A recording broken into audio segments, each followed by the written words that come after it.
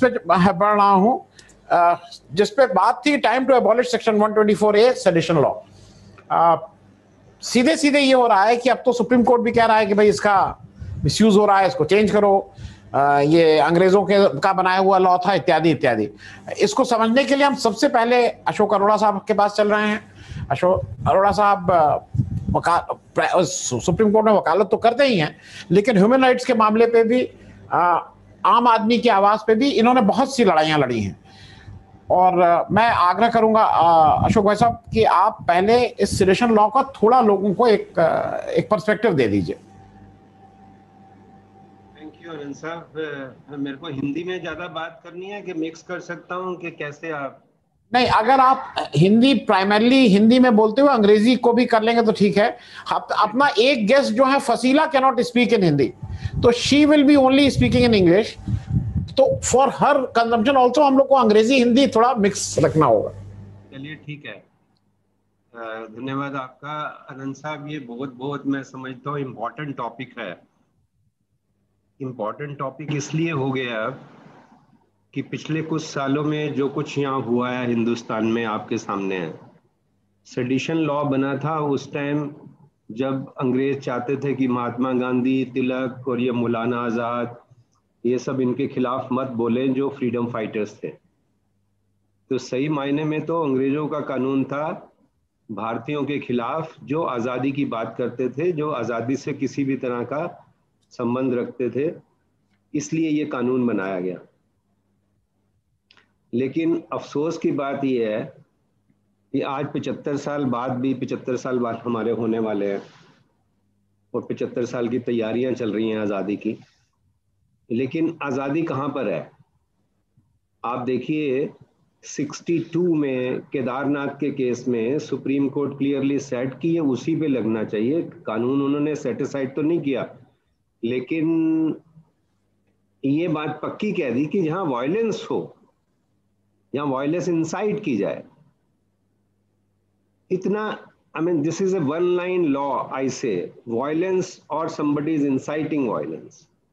Just by expressing opinion, अगर आप 124 लगा देते हैं तो it is a very, I say it is shame on democracy. और सबसे ज़्यादा 96% of the cases unfortunately have happened after 2014. आप सोचिए। अच्छा, ये नहीं पता था मुझे। अच्छा, यही तो शर्म की बात है। जो लोग इसमें इन्वॉल्व हैं उनके लिए शर्म की बात है ये।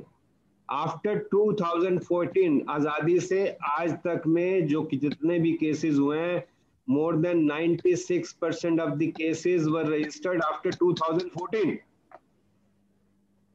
और वो जो इंटरनेशनल डेमोक्रेसी इंडेक्स है उसमें एट 2014, ये एक और शर्म की बात है इनके लिए, एट 2014 जब मनमोहन सिंह जी की सरकार खत्म हुई तो अब we were at number 27 in democracy index. Today we are 53। हमारे पूरे इंटरनेशनल स्टैंडर्ड से डेमोक्रेसी हमारे यहाँ खत्म हो गई है। वो स्वीडन की जो एक एजेंसी है उसने भी कहा it is partially democracy. Hindustan में पूरी आजादी नहीं है ही नहीं। आजादी कैसे गिनेंगे आप? अगर जिसको मर्जी उठा के आप सेडिशन लॉ में बंद करते हो, देशद्रोह में बंद कर देते हो। और 70% केसेस आप देखिए, another important incident, more than 70% cases there is no chargesheet. क्योंकि किसी को भी उठा के बंद करना तो बड़ा आसान है, कोर्ट भी कहती है इन्वेस्टिगेशन हो रहा है, लेकिन बाद में आपने चार्जशीट ही फाइल नहीं की। Kanhaiya is living example. Kanhaiya की पता नहीं कभी कितनी देर जाके बाद में अभी हुई है, वो पूरी कंप्लीट हुई है नहीं हुई है। एक स्टूडेंट का, जो एक स्टूडेंट था, इंकलाबी था, देश की बात करता था, आपने उसको उठा के कुछ भी स्टेटमेंट इधर उधर मैनिपुलेट करके उसको बंद कर दिया। वो तो अच्छा हुआ, चलो कहते हैं भला हुआ मेरी मटकी फूटी रहे, वो तो कन्हैया को सूट कर गया, कन्हैया हीरो बन गया, अच्छी बात है, बहुत अच्छी बात है। लेकिन आम आदमी के बस का कहाँ है? आम आदमी तो जेल में सड़ता है और सरकार भाषण देती है 15 अगस्त को वहां से कि किसको हक है भाषण देने का। अगर देश में आजादी नहीं है तो वो 15 अगस्त पे झंडा नहीं फहरा सकते। अगर देश में ये हालत है तो आपको झंडा फहराने का हक नहीं है। I am very clear on that.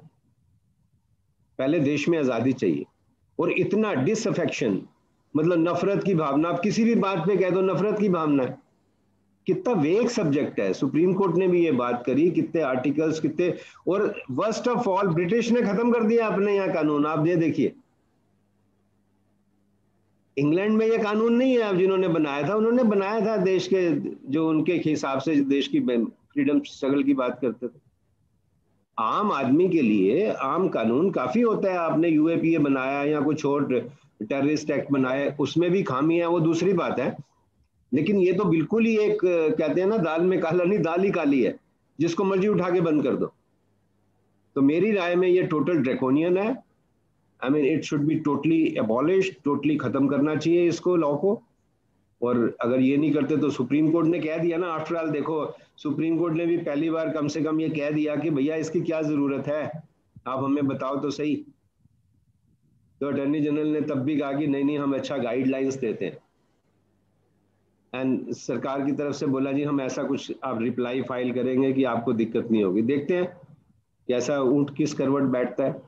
लेकिन मेरे हिसाब से ये बिल्कुल गलत है और बिल्कुल इसको खत्म करना चाहिए। ये बिल्कुल आजादी को खत्म करता है। Freedom of speech is the soul of the constitution. मैं अगर अपनी बात ही नहीं कर सकता हूं तो मेरे लिए किस बात की आजादी है? कि किसको भी उठा के ये बंद कर देंगे। और एक्सप्लेनेशन होना चाहिए। मैं तो ये भी कहता हूं, जो भी ऑफिसर बंद करता है, वो करते तो माई बाप के कहने पे है, लेकिन जो भी करता है एक्सप्लेनेशन होना चाहिए कि कहाँ है आपके पास एविडेंस, कोर्ट को पूछना चाहिए। और कम से कम कोर्ट्स को मैं समझता हूं इतना तो करना ही चाहिए कि जो भी उनके सामने पेश होता है खट से उसको बेल दे दें, खट से बेल दें उसको। कम से कम लोगों को, आप देख रहे हो कि 75 साल से कैसे जातियां हो रही हैं, तो ये कोर्ट की ड्यूटी बनती है। ये बेइंसाफी कोर्ट भी करती है, आई एम वेरी क्लियर। बहुत बार कोर्ट बेइंसाफी करती है जब उसको अंदर रखती है किसी भी एक्यूज को। इसमें द मोमेंट दे कम, आप बोलिए okay you are granted bail, करो जी इन्वेस्टिगेशन, जो मर्जी करने दो। अब मजिस्ट्रेट तो उसको क्वैश नहीं कर सकता है, सेक्शन को खत्म नहीं कर सकता है, लेकिन मजिस्ट्रेट बेल क्यों नहीं दे सकते? फट से बेल देनी चाहिए, ये लीजिए बेल दी, जाइए करिए इन्वेस्टिगेशन करिए, तो अपने आप सीधे हो जाएंगे। तो courts also are sometime insensitive and they shirk from their duty by not granting bail in cases where bail should be granted.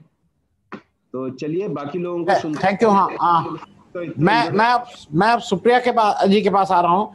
Supriya, एक बेसिक चीज जो अरुण जी ने कही और जितना अशोक जी ने कही, माफ किया, इन्होंने बताया कि कैसे कैसे है। और मुझे मुझे मेरे लिए नया वो था कि 96% ऑफ द केसेस 2014 के बाद सेडिशन के इस देश में लगे हैं। ये मेरे लिए एक नई सूचना थी।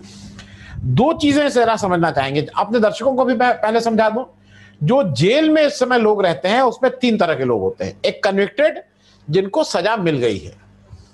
एक जिनका ट्रायल चल रहा है, चार्जशीट फाइल हो गई, उनके ऊपर दोषारोपण हो गया है कि इन्होंने ये काम किया। अब उनका कोर्ट में ट्रायल चल रहा है कि भाई इन्होंने किया कि नहीं किया, वो जज साहब डिसाइड करेंगे। उससे पहले प्री ट्रायल होता है, जो ये लोग भी जेल चले जाते हैं। एफआईआर हो गई, अभी चार्जशीट भी फाइल नहीं हुई है, उन्होंने जेल भेज दिया आपको पकड़ के, अब वो जेल में है। और बड़ी संख्या इन प्री ट्रायल वालों की है, जिसमें वो लड़कियां भी गई थी और स्टूडेंट्स को कर देते हैं। मैं सुप्रिया आपसे ये समझना चाह रहा हूं कि ये जो अशोक जी ने भी कहा, ये गलत सेडिशन लगाने वालों पे, जिन्होंने ये गलती से लगाया और कोर्ट ने उनको बाद में बिल्कुल बरी किया और कहा कि ये गलत लगा है, इनके ऊपर कोई कार्रवाई नहीं होती है। तो इसको कैसे हैंडल करेंगे? धन्यवाद। आप सब लोगों को मेरा नमस्कार। ये एक बहुत ही इंपॉर्टेंट टॉपिक है और मैं थोड़ा सा इसके बारे में बोलना चाहती हूँ और फिर आपके डायरेक्ट सवाल का कि इसको कैसे रोका जाए उस पर जरूर बात करूंगी। ये सच है कि ये कॉलोनियल हैंगओवर है। ये सच है कि बाल गंगाधर तिलक और महात्मा गांधी के ऊपर सेडिशन के केसेस हुए थे।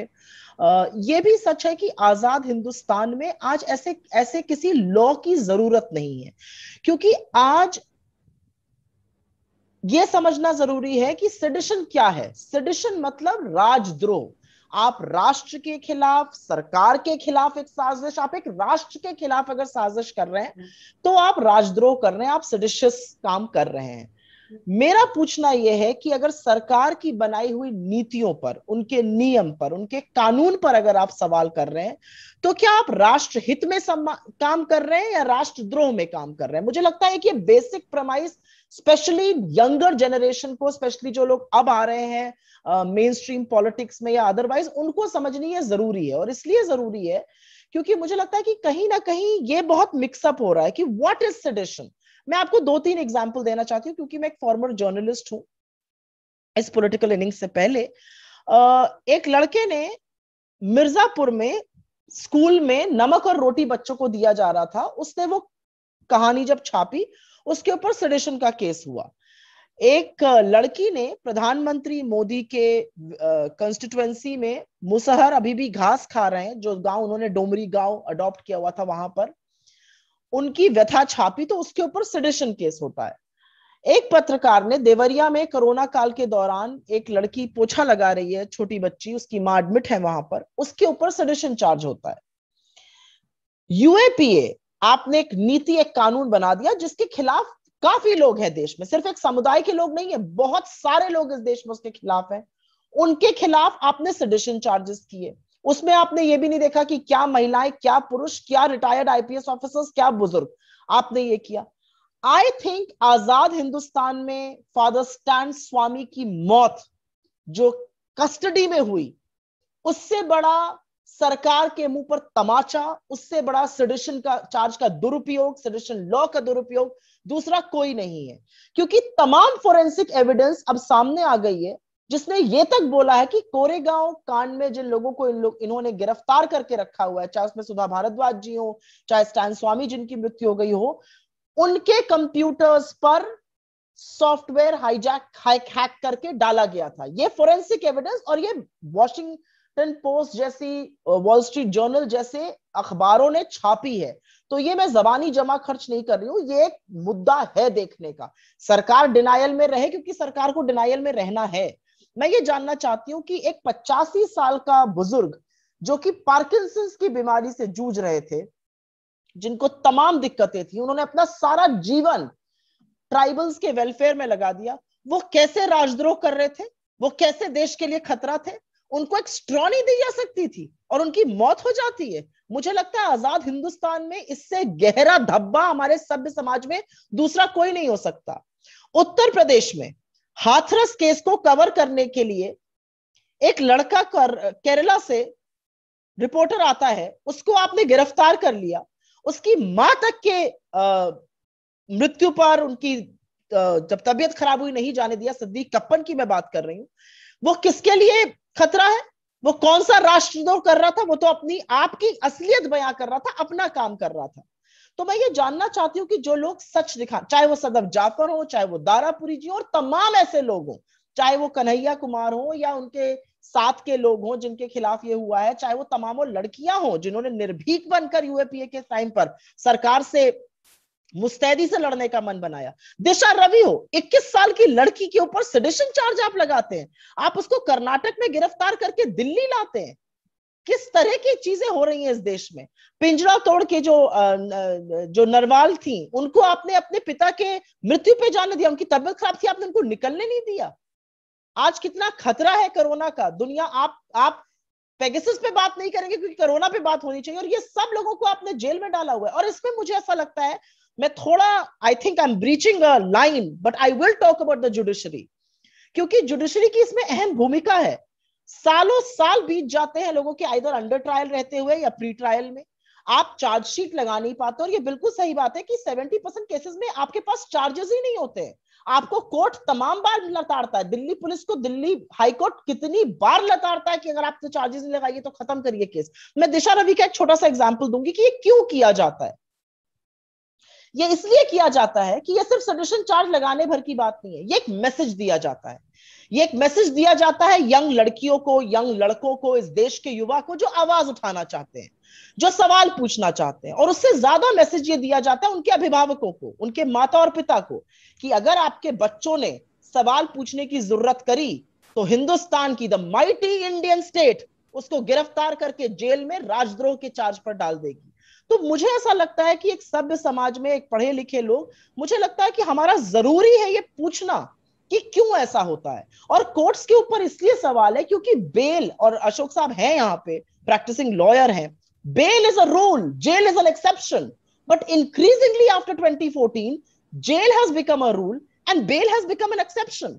तो ये तो बात करनी पड़ेगी। ये नए नए नाम लेके आते हैं, टुकड़े टुकड़े गैंग। क्या है ये टुकड़े टुकड़े गैंग? मैं जानना चाहती हूँ।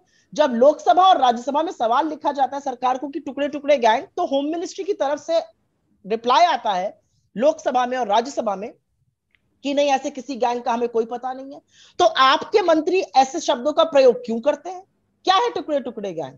इस देश के टुकड़े तो आप कर रहे हैं और आप तमाम हो। और दिक्कत की बात यह है कि सेडिशन युवाओं के खिलाफ, सेडिशन स्टूडेंट्स के खिलाफ, जो लोग थोड़े जागरूक हैं, एक्टिविस्ट हैं, उनके खिलाफ लगाया जाता है। इस पूरे देश से आपको खतरा है।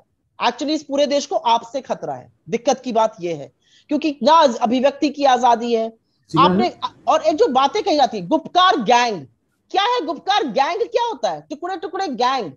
वो गुपकार गैंग जब अमित शाह को चुनाव लड़ना था तो गुपकार गैंग बन जाता है, और वही गुपकार अलायंस बन जाती है जब प्रधानमंत्री मोदी जी को इंटरनेशनल कम्युनिटी टाइट करती है। तो मुझे ऐसा लगता है कि कहीं पर यह जरूर देखना पड़ेगा कि ये जो लॉ है, the section 124A of the Indian constitution, it has to go lock stock and barrel. और मुझे ऐसा लगता है कि इसके जाने का वक्त आ चुका है, क्योंकि इसका जितना दुरुपयोग, जितना मिसयूज अभिव्यक्ति की आजादी, बोलने की आजादी, सरकार को क्रिटिसाइज करने की आजादी के लिए किया जा रहा है, कोई के दमन के लिए किया जा रहा है, वो अपने आप में बहुत गहन सवाल उठाता है। और सवाल मैं सिर्फ क्योंकि because I am from the opposition नहीं उठा रहा है। मैं एक युवा हूं, मेरे बहुत सारे युवा साथी हैं, मेरे डॉक्टर फ्रेंड्स हैं, और वो जब कोरोना काल में जो कुप्रबंधन हो रहा था वो बोलना चाहते थे। जब बोलना चाहने लगा तो सरकार धमकी देने लगती है। सबको डर होता है भाई कि अगर सरकार ने कभी ऐसा कोई केस कर दिया तो बेहतर है कि मत बोलो। तो ये जो डर, आतंक और भय का माहौल आप इस कानून के मिसयूज से बनाते हैं, इसको बिल्कुल हटाना चाहिए। और ये हमें सबको समझना पड़ेगा, ये सिर्फ उस व्यक्ति के खिलाफ नहीं है, ये एक मैसेज दिया जाता है उस कम्युनिटी को, उस वर्ग को, युवाओं को, उनके अभिभावकों को। लेकिन सच ये भी है, और मुझे लगता है, मुझे सिर्फ मैं अपनी बात यहीं पे कह के खत्म करूंगी, Where do I get my hope from? कहां से आशा आती है? आशा आती है कि आजादी को आप जितना दबाइएगा, आजादी एक ऐसी चीज है, स्वतंत्रता का आप जितना दमन करिएगा उतने बड़े तरीके से वो और फोड़कर सब निकलती है।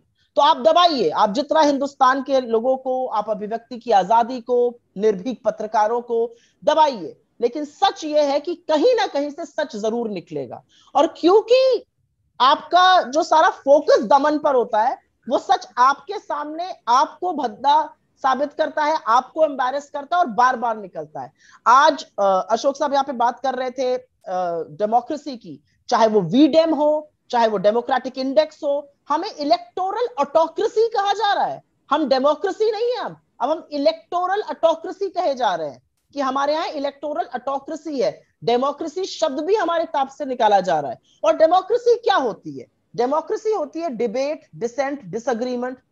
जब पार्लियामेंट में ही डेमोक्रेसी नहीं है, जो कि देश का प्रतिबिंब है, वहां से हम सब अपना प्रतिनिधि चुनकर भेजते, जब पार्लियामेंट में डेमोक्रेसी नहीं है, जब पार्लियामेंट में हाथापाई करने की नौबत है, जब पार्लियामेंट की समितियों में ब्यूरोक्रेट्स को नहीं जाने दिया जाएगा जवाबदेही के लिए, जो जवाबदेही के लिए समितियां हैं उनको भाजपा के सांसद नहीं चलने देंगे, डरा धमका के सांसदों को वहां से निकाला जाएगा, तो कहां से आएगी democracy?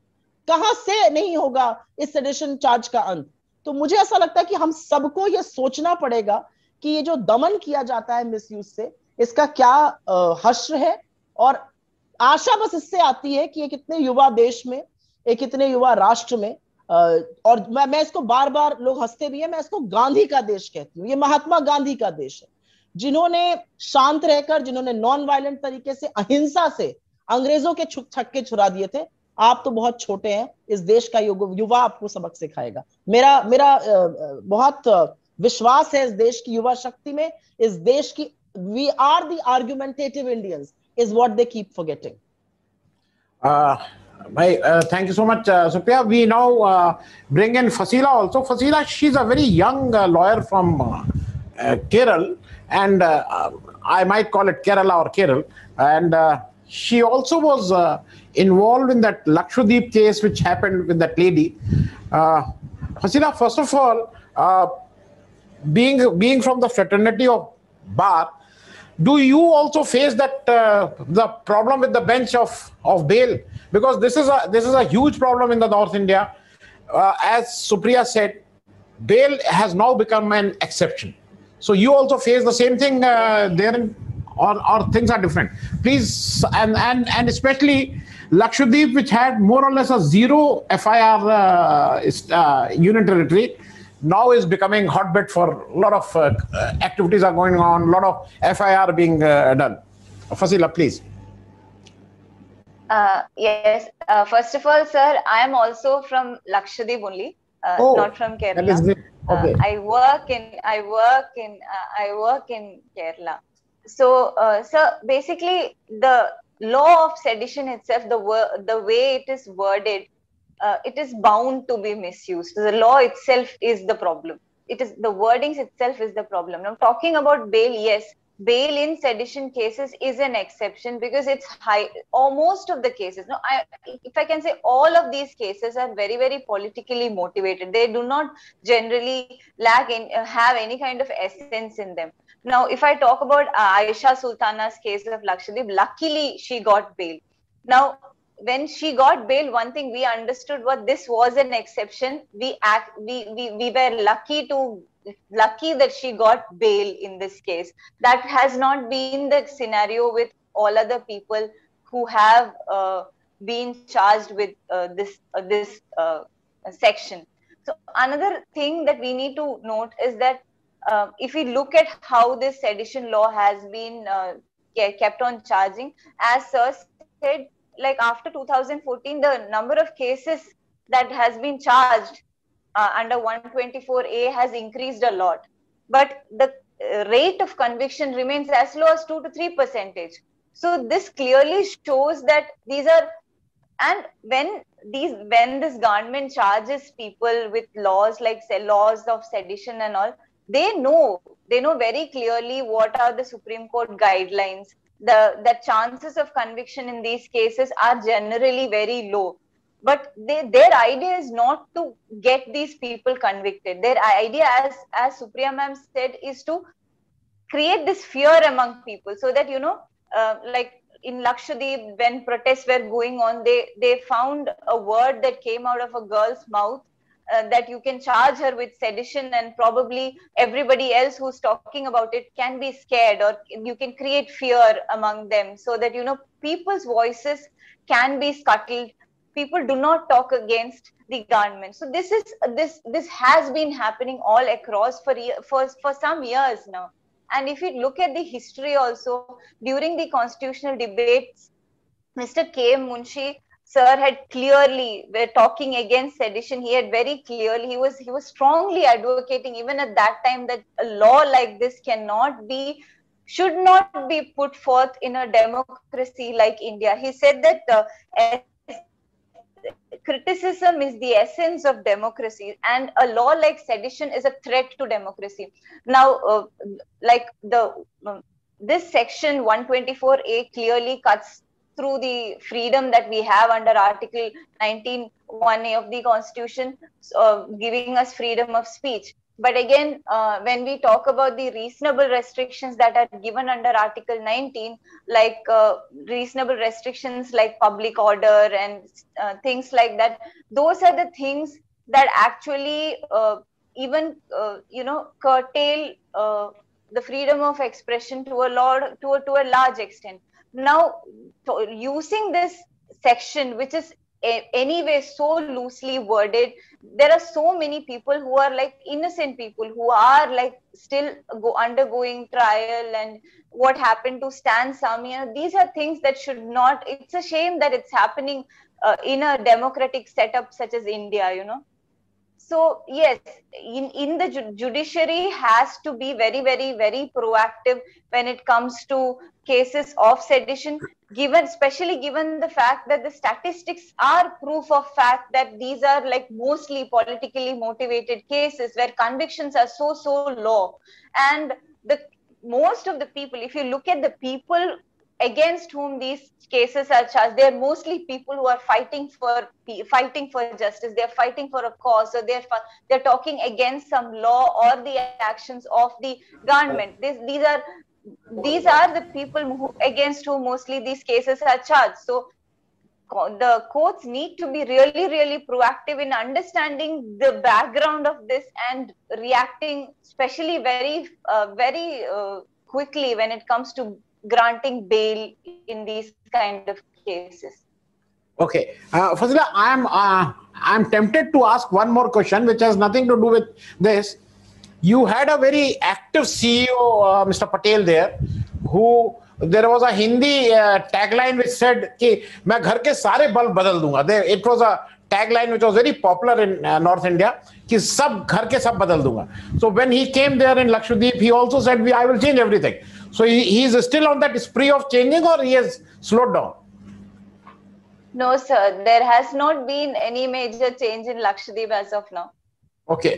Things are still moving forward like that. Yes. Okay. Not officially. Officially, there hasn't been any changes. But we are relying on the judiciary.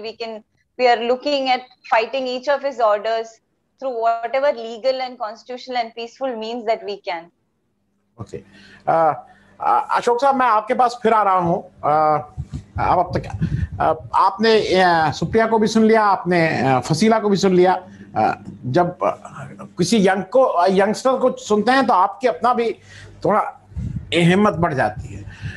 एक चीज मैं जरा अशोक साहब आपसे और समझना चाहूंगा कि ये आजकल सेडिशन, देश के अगेंस्ट, राष्ट्र की छवि खराब की, ये सब पे भी सेडिशन चार्जेस लग रहे हैं.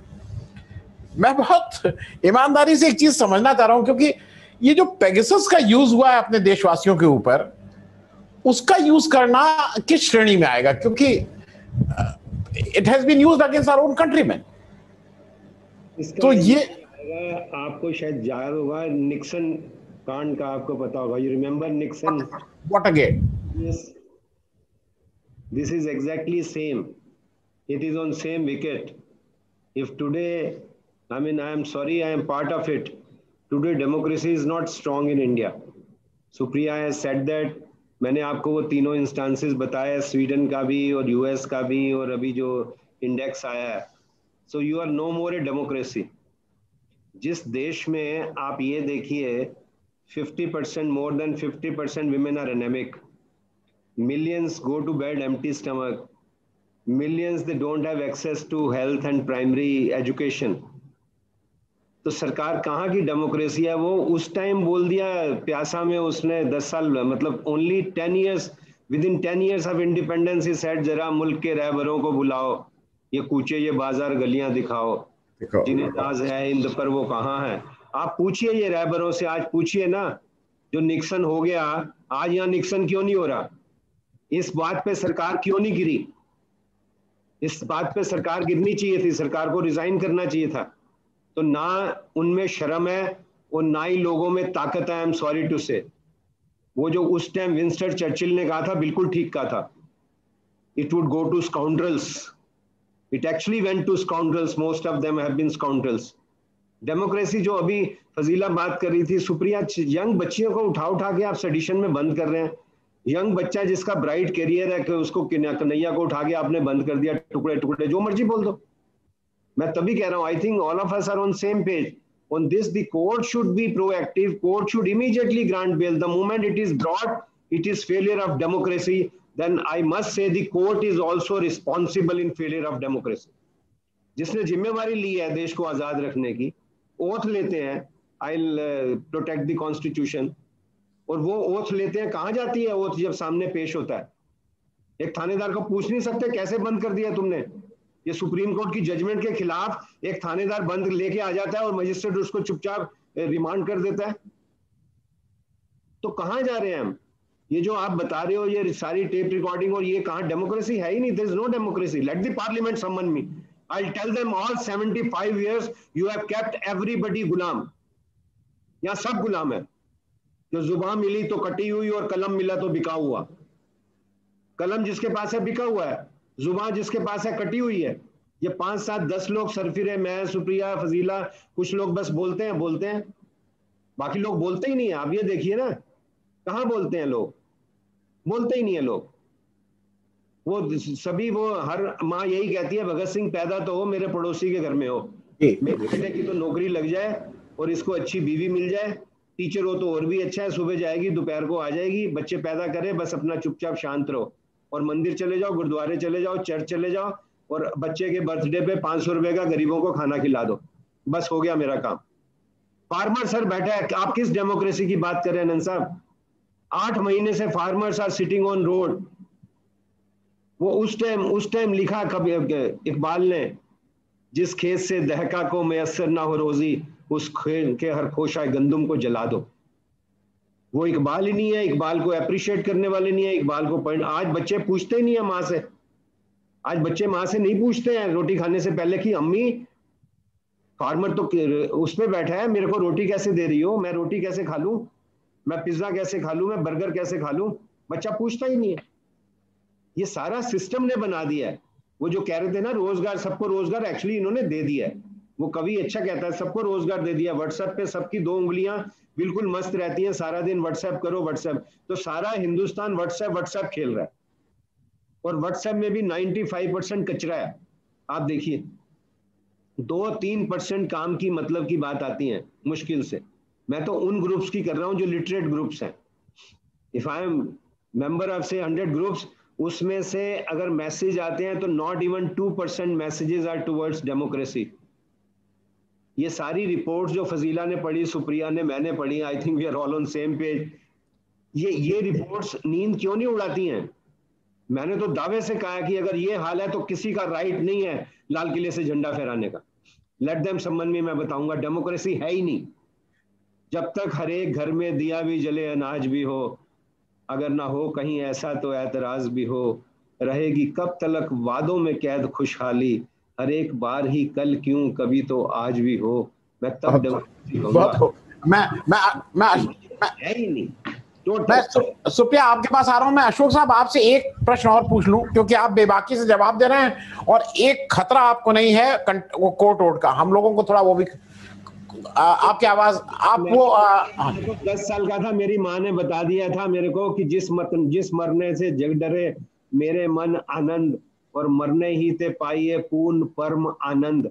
उस वाणी में पैदा हुआ हूँ, वो वाणी पढ़ी जाती थी गुरबानी। नहीं, मैं मरने से डर नहीं लगता है ना ही। अशोक साहब मैं ये पूछ रहा था, ठीक का बात, गद्दार ये है जिन्होंने डेमोक्रेसी खत्म कर रखी है। गद्दार वो बच्ची नहीं है जो पूछती है कि आप ये क्या कर रहे हो। वो गद्दार है जो आम आदमी को बंद करता है, वो गद्दार है। वो पुलिस वाला भी, वो कोर्ट भी, और वो एडमिनिस्ट्रेशन भी। जो नजायज आदमी को बंद करता है वो गद्दार है, ये मैं कहता हूं।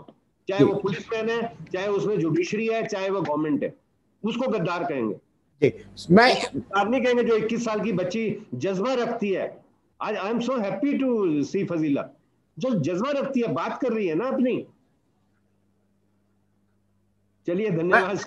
नहीं अशोक साहब, मैं एक चीज और आपसे जरा समझना चाह रहा था और समझने की दृष्टि से पूछ रहा हूँ।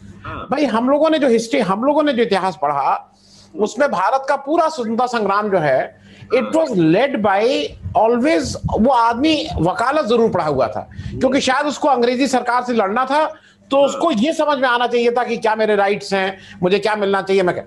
वो तिलक से लेके, गांधी से लेके, और देश का पहला प्रधानमंत्री नेहरू, पटेल, राजेंद्र प्रसाद, आप किसी का नाम ले लीजिए, एक मुश्किल ये, अच्छा, और इसलिए था कि भाई कॉन्स्टिट्यूशन है, ऐसे चलता है, ये हमारे राइट्स हैं। आज की तारीख में मतलब मेरे एक मित्र हैं यहाँ बैठे हैं और उसको सुन भी रहे हैं, मुझे अफसोस होता है जब आप कहते हैं, मैंने कहा कि भाई जयशंकर साहब बहुत ही अच्छे कॉम्पिटेंट अफसर हैं, कहीं कोई दो राय नहीं, वेरी कैपेबल, पर कोई भी जो लड़ाई होती है, वो लड़ाई शुरू होती है, खत्म फिनेंस फॉरेन मिनिस्ट्री की टेबल पे होती है। जो विदेश मंत्रालय है वो उस लड़ाई को समाप्त करवाता है। और हिंदुस्तान की हिस्ट्री रही है कि जो फॉरेन मिनिस्टर हैं वो हैवी वेट्स रहे हैं, और सारे प्राइम मिनिस्टर्स, नेहरू से लेके with an exception of Deve Gowda, all the prime ministers have been foreign minister at some point of time, all of them. मैं इसको ठीक से पढ़ा हुआ हूं। ये पहली बार ऐसा हो रहा है कि हमने एक ब्यूरोक्रेट जिसने 38 साल बहुत अच्छा काम किया, लेकिन उसका काम 38 साल तक वो दूसरे ढंग से था। He was a bureaucrat, he was not a leader. और आज जब आप किसी के सामने जाके बैठते हैं, जब आप सुप्रीम कोर्ट के बार एसोसिएशन के सेक्रेटरी थे और तब आप जाके अगर बैठते थे तो आप उतने लोगों की वॉइस होते थे, वो आपकी हैसियत थी। आज हमारा जब फॉरेन मिनिस्टर जाता है, he is a political light weight, I am not talking of his competence. तो हमारे एक मित्र हैं, वो हैं भी अभी, इन लोगों का कहना था नहीं, अगर मोदी जी ने किया तो कुछ सोच के अच्छा ही किया होगा। ये वही बात है कि मोदी जी ने अगर नोटबंदी की तो अच्छी की है। अरे भाई पूछ लो, तो अब ये बड़ा मुश्किल काम है। तो मैं ये भी पूछना चाह रहा हूं कि क्या ऐसे लोग आ गए हैं जिनको कुछ अंदाज ही नहीं कि क्या कानून है, क्या कॉन्स्टिट्यूशन है, क्या है, अपने आप ही लिख दो, अपने आप चलाओ। बात जो मैंने उनकी बात सुनी थी कि मोदी जी हैं तो मोदी जी का अगर कॉन्फिडेंस है तो ठीक है, ये मोदी जी का पर्सनल कॉन्फिडेंस नहीं है, ये मोदी जी की घर की दुकान नहीं है। Modi ji is not owner of this nation. Modi, प्रधानमंत्री महात्मा गांधी ने कहा था कि president is the first servant. So Modi ji prime minister is appointed by first servant. He is not the boss, he is not the owner, he is a trustee. Prime Minister and every bureaucrat, every government servant is a trustee of our trust. If you are trustee of our trust, तो आप breach of trust नहीं करेंगे। आप किसी ऐसे मंत्री को जिसके खिलाफ 10 केस हैं, 20 केस हैं, उसको बना देते हो तो ये आपका प्रेरोगेटिव नहीं है। अगर आप किसी गलत आदमी को बनाते हो तो ये प्रेरोगेटिव नहीं है, ये गुंडागर्दी है, ये देशद्रोह है, ये देशद्रोह है। मैं कहता हूं अगर आप ऐसे आदमी को हम पे थोप देते हैं जिसको अकल नहीं है या जो काबिल नहीं है या जो देश की सोचता नहीं है, तो इसको मैं देशद्रोह कहूंगा। अगर कानून रखना है देशद्रोह का तो ऐसे लोगों के खिलाफ लगना चाहिए जो लोग देश के खिलाफ गद्दारी करते हैं, ऐसे लोगों को सौंप देते हैं, ऐसे लोगों को थोप देते हैं जो काबिल नहीं है। आप नहीं कर सकते। You are a trustee, you are not owner, you are a trustee. आप मालिक नहीं है, डिक्टेटर नहीं है। I am very clear. इससे बेटर अब मैं सुप्रिया और फसीला बताएंगे। मैं सुप्रिया की बात आ रहा हूँ। सुप्रिया, एक चीज और समझिए, फसीला ने एक बहुत इंपॉर्टेंट बात कही थी। She said we were lucky that we got bail. मतलब इस देश में ये भाग्यशाली थी तो उनको बेल मिल गई। मतलब बिल्कुल। मैं तो I belong to judiciary, I belong to this system. I must say, at times the judges have failed nation. At times, many times after the independence, judges also, along with the lawyers, मैं lawyers को भी बुरा जो देखन मैं चला। आपने बड़ी अच्छी बात कही, आपने दुखती रग छेड़ दी मेरी। Mahatma Gandhi said, use your profession as a tool to serve, not to subvert. आपको आज ऐसे वकील मिल जाएंगे जो कहेंगे जो मर्जी बहस करा लो, पैसे लाओ, जो मर्जी बहस करा लो, जो मर्जी बहस करा लो। मेरे को अच्छा लगता है ये कहते हैं, I feel proud and happy, grateful to my parents. मेरे को उन्होंने वैल्यूज दी। मेरे को पैसे दे के आप बहस नहीं करा सकते। जो मेरा दिल गवाही नहीं देगा मैं नहीं करूंगा। मैं जो करता है वो मुफ्त में करूंगा, 90% मुफ्त में करता हूँ, लेकिन ऐसे नहीं करूंगा। लेकिन आज lawyers have failed the nation, many lawyers have failed the nation, I will say many जजेस have failed the nation, many police officers have failed the nation. इसलिए ये चर्चा है आज हमारी, नहीं तो ये चर्चा होती नहीं। 124 रहता स्टैच्यूट पे, पड़ा रहे, क्या फर्क पड़ता है। अगर कुछ हो ही नहीं रहा तो फिर पड़ा रहे। तो ये 96 के बाद, मतलब 96% केसेस अभी 2014 के बाद खतरे में आ गई क्या डेमोक्रेसी?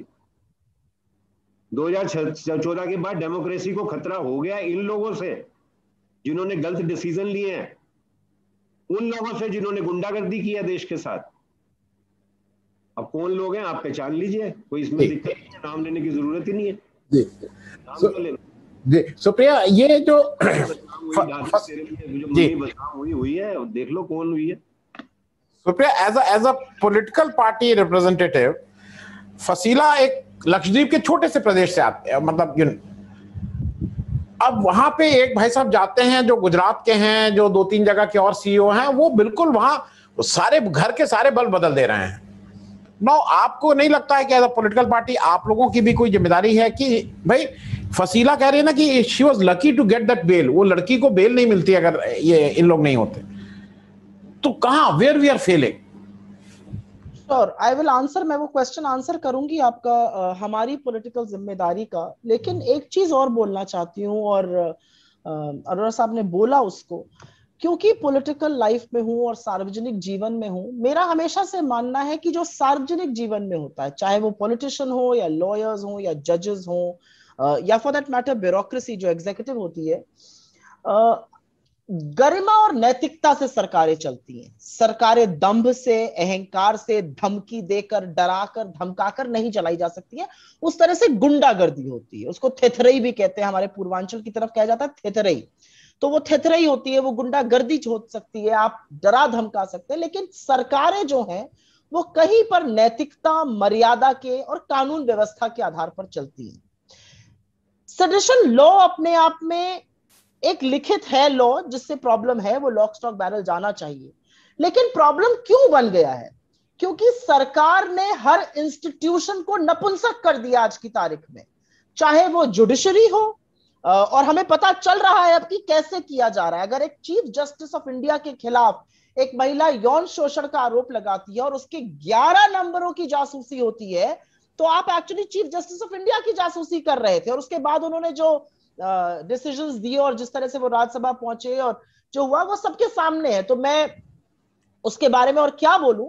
लेकिन इस तरह से दिस इज द प्रेशर जो लगाया जाता है जुडिशरी पर, और इसीलिए शायद हम कभी कभी ढुलमुल रवैया देखते हैं जुडिशरी का। तो मेरा ये मानना है कि जो सरकार के इंस्टीट्यूशंस होते हैं, जब चुनाव में जाते हुए आप चुनाव आयुक्त की, इंडियन एक्सप्रेस की उस पत्रकार की जो चुनाव आयोग कवर करती है, और एडीआर के चोकर साहब की जब जासूसी करते हैं, एक चुनाव आयोग की जासूसी करते हैं, तो कहीं आप डेमोक्रेसी से खिलवाड़ कर रहे हैं, आप उस इंस्टीट्यूशन से खिलवाड़ कर रहे हैं। आप सीबीआई के आउटगोइंग डायरेक्टर की, उनके राइवल की, एक एडिशनल डायरेक्टर की जब आप जासूसी करते हैं, आप इंस्टीट्यूशन से खिलवाड़ कर रहे हैं। और उस खिलवाड़ के चलते इंस्टीट्यूशंस को जो लगातार ध्वस्त किया जा रहा है, जो संस्थाओं के साथ खिलवाड़ किया जा रहा है, उससे ये सेडिशन लॉ और भी खतरनाक बन जाता है। क्योंकि फिर आपके वो कठपुतली के पॉन्स हैं, इधर उधर तार होगा, तो जहां आप चलाइएगा वहां इंस्टीट्यूशंस चलेंगे। आज राकेश अस्थाना जी, जिनका दिल्ली से कोई लेना देना नहीं था, वो दिल्ली के पुलिस कमिश्नर बना दिए जाते हैं। ये जबरन बनाए गए हैं, ये थेथरई है, ये बेशर्मी है सरकार की। ये जो एक मस्कुलर ब्रूट मेजॉरिटी का दम्भ है, ये वो है कि हम जो कर ले, हम ब्रेजन है, हमें कोई सवाल नहीं कर सकता है। सवाल आपसे किए जाएंगे डेमोक्रेसी में, लोकतंत्र में आप बिना आप सवालों के घेरे में आएंगे। आप ये कहकर नहीं भाग सकते हैं कि पेगासस तो कोई इशू ही नहीं है। कैसे इशू नहीं है भाई? ये एक मिलिट्री ग्रेड का सॉफ्टवेयर, और देशद्रोह की जो की बात हो रही है, तो मैं एक टेक्निकल पॉइंट यहां रखना चाहती हूं। एक मिलिट्री ग्रेड का सॉफ्टवेयर चुने हुए सांसदों, चुने हुए मंत्रियों, मुख्यमंत्री से रिलेटेड सचिव, उप मुख्यमंत्री के फोन में अगर पाया जाता है, तो ये देशद्रोह है। क्योंकि आप ऑफिशियल सीक्रेट्स एक्ट का ब्रीच कर रहे हैं, आप आईटी लॉ का ब्रीच कर रहे हैं, आप राइट टू प्राइवेसी का ब्रीच कर रहे हैं, आप महिलाओं को स्टॉक कर रहे हैं। ये एक बहुत बड़ा मुद्दा है। अगर ये देशद्रोह नहीं है तो क्या है? और हाँ, निक्सन की बात याद आएगी कि 1972 में वाटरगेट हुआ था बिकॉज उन्होंने चुनाव में जाते वक्त जासूसी करी थी। पर सोचिए, वो जासूसी उन्होंने फिर भी अपने डोमेस्टिक ऑपरेटर्स से करी थी। यहां पर तो आप फॉरेन ऑपरेटर्स लाके जासूसी कर रहे हैं। तो जो मुख्यमंत्री कह रहा है, वो पता है इजराइल में बैठे हुए फॉरेन फर्म को, इजरायली गवर्नमेंट को। इससे बड़ा ऑफिशियल सीक्रेट्स एक्ट ब्रीच और क्या होगा, ये मैं जानना चाहती हूं। तो आप तो मिलिट्री ग्रेड की जासूसी करा रहे हैं लोगों की, और उसके बाद ये सिर्फ, और ये आपके खिलाफ नहीं, एक तो ये नया है पार्लियामेंट सेशन को डीरेल करने के लिए। अब कितना, मतलब कौन से दम में है आप? 45 देशों में हुआ है, 17 न्यूज इन्वेस्टिगेटिव एजेंसीज ने किया। आज तो फ्रांस की जो ऑफिशियल साइबर सेल है उसने बोला है कि हाँ, ये पाया गया है लोगों के फोन पर। इजराइल का जो डिफेंस मिनिस्टर है, उसको फ्रांस के राष्ट्रपति से जाके मिलना पड़ा है, क्योंकि इतनी बड़ी बात बन गई है। आप अभी भी डिनायल में चल रहे हैं। तो ये देशद्रोह नहीं तो और क्या है? किसान 8 महीने से सड़क पे बैठा है, 600 किसानों की मौत हो गई है। आपने किसानों पर भी एनआईए और राष्ट्रद्रोह के चार्जेस लगा दिए। 5 किसानों को हरियाणा में बेल मिली है 2 दिन पहले, और इसलिए मिली क्योंकि उनके खिलाफ आपके पास कोई सबूत ही नहीं थे। आप जिसका मन आता है उसके खिलाफ चार्जेस लगाते हैं। तो कहीं पर मुझे लगता है कि सब कुछ, मतलब मुझे याद है हिंदुस्तान की राजनीति को इतनी गंदी राजनीति नहीं थी। रामकृष्ण हेगड़े ने फोन टैपिंग के मामले पे उन्होंने रिजाइन किया था, एक फोन की टैपिंग के मामले पे। यहां तो इतना बड़ा जासूसी का रैकेट चल रहा है। और राष्ट्रभक्ति, मुझे एक ये बात से आपत्ति है, और मैं ये जरूर बोलना चाहती हूँ क्योंकि इसका टीवी डिबेट्स में और आजकल आम चलन की जिंदगी में बहुत ईजी हो गया है कि मैं अपने हाई पल्पिट पे बैठकर आपको सर्टिफिकेट बांटूंगा। आप देशद्रोही हैं, आप देशभक्त हैं। जो देशभक्त है वो चरण वंदन करते हैं, जो सवाल पूछते हैं वो देशद्रोही है। आपको किसने ये सर्टिफिकेट बांटने की अनुमति दी है? आपके पास 100% वोट भी नहीं है इस देश के, आपके पास 35% वोट है इस देश के। 65% लोगों ने आपके अगेंस्ट वोट किया है। तो आप इस दंभ में मत रहिए। आप बैठकर लोगों को देशद्रोही, राजद्रोही, जासूस, दुश्मन सब करार डालते हैं। क्यों भाई? ये देश के लोग हैं। आपको किसने सर्टिफिकेट बांटने की अनुमति दी है? छवि तो देश की तब खराब होती है जब आप युवाओं को जेल में डालते हैं। छवि देश की तब खराब होती है जब लाशें गंगा मां के बगल में दफन पाई जाती हैं और उसके 2 दिन बाद उसमें से रामनामी नोची जाती है। छवि तब खराब होती है जब एक इलेक्टेड प्राइम मिनिस्टर की सरकार सदन में खड़े होकर कहती है कि ऑक्सीजन से कभी किसी की मौत ही नहीं हुई। ये किस तरह की सरकार चला रहे हैं? आप छवि की चिंता करते थे, आपने देश की छवि को तार तार कर दिया है। आज विश्व कह रहा है हिंदुस्तान में डेमोक्रेसी ही नहीं बची है। छवि तब खराब होती है जब सबसे यंगेस्ट नेशन, जिसका हमें कितना बड़ा दम होना चाहिए था, हम अपनी पॉपुलेशन को पनौती मान रहे हैं और हम लगातार स्टेट आफ्टर स्टेट एक पॉपुलेशन कंट्रोल बिल की बात कर रहे हैं। अरे इन युवाओं को नौकरी दीजिए, इनको पढ़ाइए लिखाइए, क्या लहलाएगा देश? ये आप नहीं करिएगा। तो ये है देशद्रोह। सेडिशन ऐसी चीजों पर होना चाहिए। सेडिशन होना चाहिए, ये राष्ट्रद्रोह है कि आपने एक फॉरेन स्पाईवेयर लगाकर लोगों की जासूसी कराई। इससे बड़ा राष्ट्रद्रोह क्या होगा? और मैं फिर से बोलूंगी, आप मत कराइए जांच, क्योंकि आपका दम है। जो इजराइल है, जो फ्रांस है, मोरक्को है, हंगरी है, मेक्सिको है, इतने तमाम देश है, इजराइल खुद जांच करा रहा है। और जब आपका कनेक्शन वहां निकलेगा तब आप क्या करिएगा? जब आपका नाम वहां आएगा तब भी आप डिनायल में रहिएगा। तो मेरा अपना मानना यह है कि ये लॉ बहुत मिसयूज हुआ है। राष्ट्रभक्ति का सर्टिफिकेट बांटने वाले आप कोई नहीं है। ये एक आर्गुमेंटेटिव इंडियंस का देश है। हम आपसे सवाल पूछेंगे, आप चुनी हुई सरकार है, आपको जवाब देना पड़ेगा। आप जवाबों के घेरे से नहीं भाग सकते। और मैं अंतिम बात ये कहूंगी कि सरकार की नैतिकता ये डिमांड करती है कि अगर आपके दामन पर आक्षेप लगा है और इतने गहरे आक्षेप लगे हैं, तो ये आपकी जिम्मेदारी है कि आप अपना दामन साफ करिए। ये आपकी जिम्मेदारी है कि आप अपने आक्षेपों से बचिए, क्योंकि 2 ही चीजें हो सकती हैं। आपने पेगासस यूज किया या नहीं किया। अगर किया तो क्यों किया? ये सब लोग क्या राष्ट्र के लिए खतरे में थे? और अगर नहीं किया तो क्या आप चुनी हुई सरकार जानना नहीं चाहते ये किसने यूज किया? मैं यही कह के अपनी बात खत्म करती हूँ, क्योंकि बातें तो बहुत है कहने को, लेकिन जिस मोड़ पर देश खड़ा है, हम सबको लड़ने का मन बनाना पड़ेगा। क्योंकि जो भी तानाशाह होता है ना, वो होता बहुत डरपोक है। ये डरे हुए हैं और इसीलिए ये सब चीजें कर रहे हैं। अगर डरे हुए ना होते तो दीदी और दीदी ना करते। अगर डरे हुए ना होते तो ये कुत्सित काम ना करते। देश को चलाते, रोजगार बनाते, महिलाओं को सुरक्षित करते, अर्थव्यवस्था को ढर्रे पर लाते, किसानों का एक सल्यूशन खोजते, और इस तरह का अहंकार में चूर ना रहते। जो डरता है वही ऐसी हरकतें करता है। यस, अब आई एम गोइंग टू फसीला। आप लोगों को अगर कोई फसीला से क्वेश्चन पूछना हो तो यू कैन, क्योंकि it is, I always take it as a privilege that I am talking to someone from Lakshadweep. Fasila, one thing is, another thing I just wanted to cross check with you, like asking questions, protesting for anything, this more or less has become as an order of the day in this part of the country as a sedition, as a treason, as a Rashtraddroh. Do you face the same thing there also? Or you, because you have a different government, where you have a different government, and also the central government, this party doesn't have a much footprint at your place. Actually, if I can just add a question to Fasila, please. and then she can take it up together. Not a question, an observation and a question. One thing that the government also does all along is they are trying to widen the north versus south divide, because they haven't been able to get a foothold in the south. And so it's almost as if north versus south. Because someone went to contest in Wayanad, as if Wayanad is not a part of the country. Wayanad is a part of India. Kerala or Tamil Nadu or Andhra Pradesh or Telangana or Lakshadweep or Andaman are parts of India.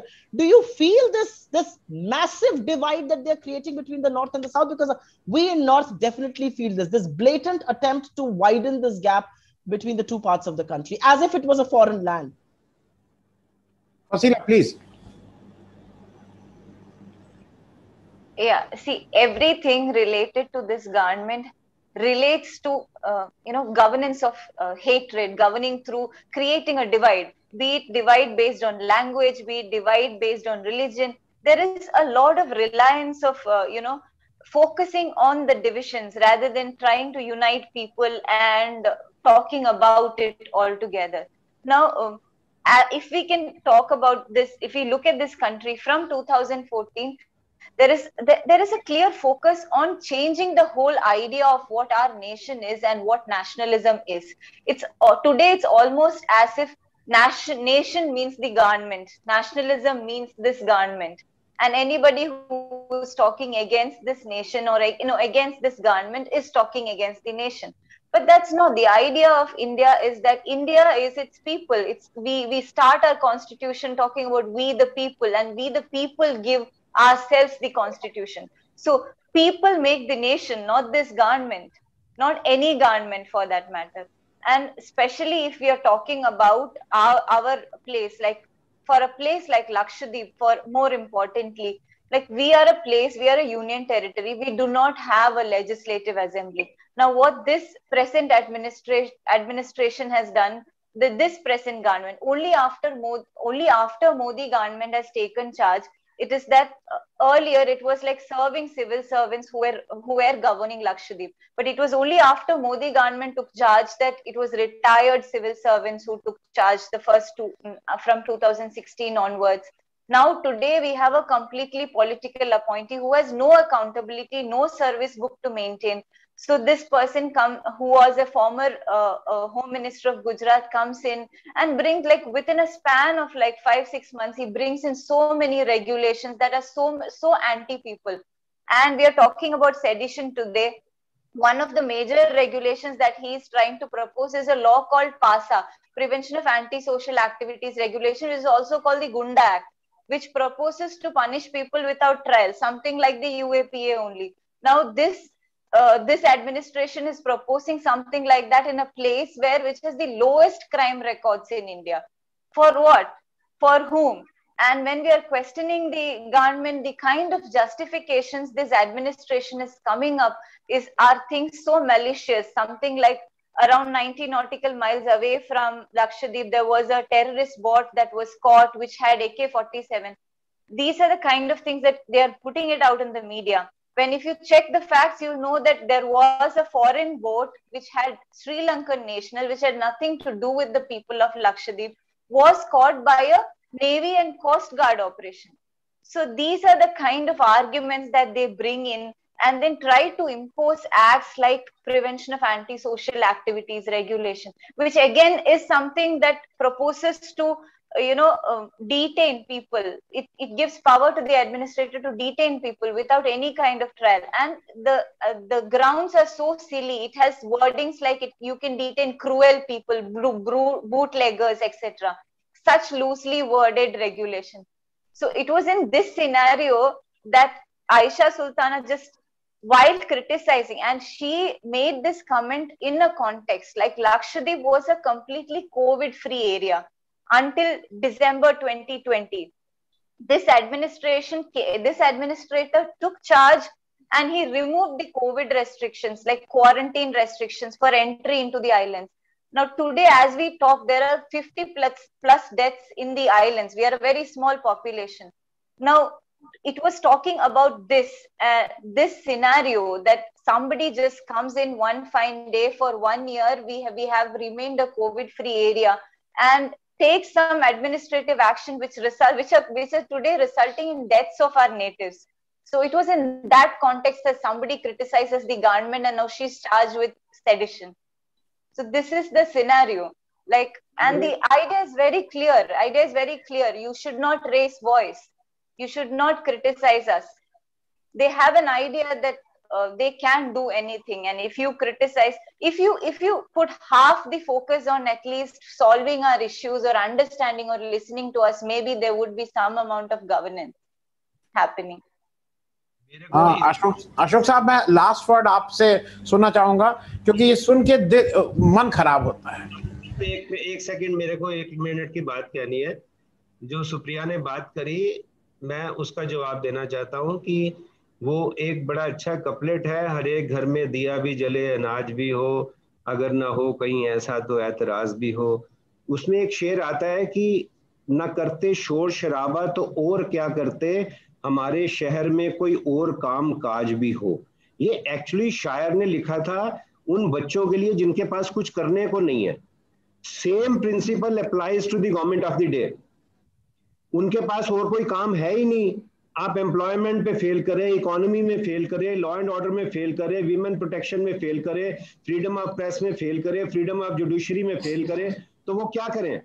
वो आपको लड़वाएंगे, वो मंदिर बनवाएंगे और वो जासूसी करवाएंगे।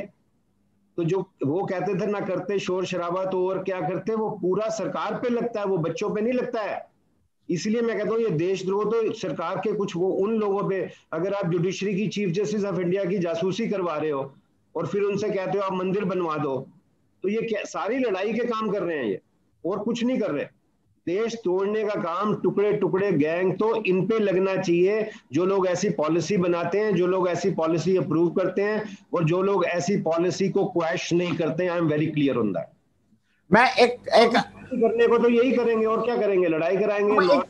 एक वेरी क्विक आंसर, क्योंकि वो मेरे जहन में था और कुछ लोगों ने सुबह भी बोला था।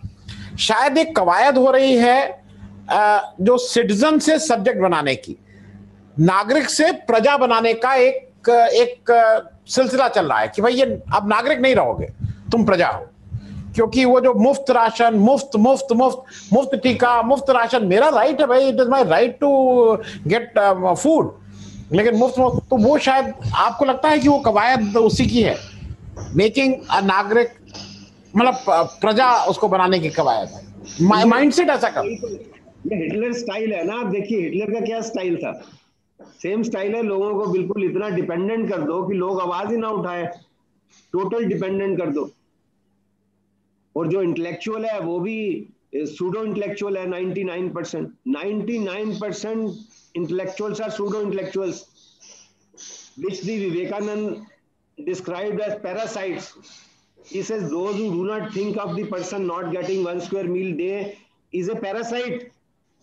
तो कहाँ आजादी, किस आजादी की बात कर रहे हैं आप? है ही नहीं, आजादी नहीं है। अब यहाँ तो वैसे गुलाम है और यहाँ कोई जहनी गुलाम है। अशोक साहब, फिर से बहुत अच्छा लगता है आपसे बात करके, थोड़ा अपना भी जिसको कहते हैं कि हिम्मत आ जाती है। Thank you so much Supriya, and thank you so much Faseela for joining us. It is always good to listen to Faseela. Thank you. अगर आपको दी पब्लिक के कार्यक्रम पसंद आते हैं तो इन्हें लाइक करें। अगर आप इस वीडियो को यूट्यूब पर देख रहे हैं तो चैनल को सब्सक्राइब करें, और अगर आप इसे फेसबुक पर देख रहे हैं तो दी पब्लिक के पेज को लाइक करें। अगर आप चाहते हैं कि हम निष्पक्ष पत्रकारिता को जारी रखते हुए आपसे जुड़े मुद्दों पर सवाल उठाते रहें तो हमें सहयोग करें। आपका छोटा से छोटा सहयोग भी इस मुहिम को जारी रखने में हमें ताकत देगा। डोनेट करने के लिए डिटेल्स जो हैं वो डिस्क्रिप्शन बॉक्स में दी गई हैं। धन्यवाद।